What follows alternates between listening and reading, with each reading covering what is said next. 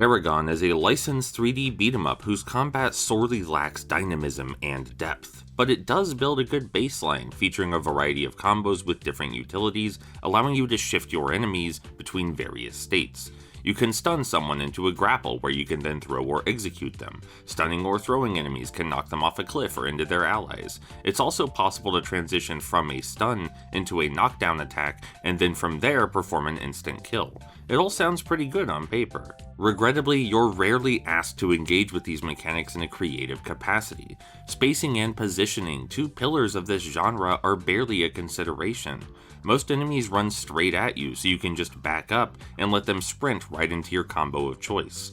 The difficulty is biased heavily in the player's favor, even on hard mode, so despite the wide arsenal of attacks, you'll end up spamming the same few.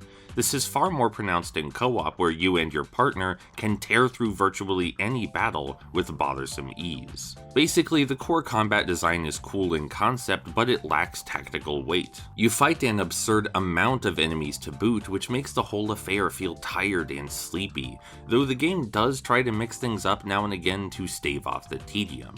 Occasionally there are optional stealth sections, or you're told to protect or escort something or someone, but that usually just involves switching which combo you're using for a few minutes, or standing in a slightly different spot while your partner takes some blows for you.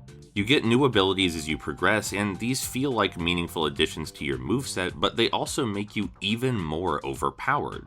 Sure, there's some passing satisfaction in setting enemies aflame or shoving them off ledges, but it doesn't fix the fundamental design flaws. Some thoughtfulness is required, but it just isn't enough, even as compared to contemporaries. Eragon also features dragonflight levels, but they're very detached from the core experience and offer a much duller gameplay loop. You kill lots of guys by mashing the shoot button, occasionally fly into a health pickup, and try desperately not to fall asleep. There's even less depth than the combat here, by a considerable margin.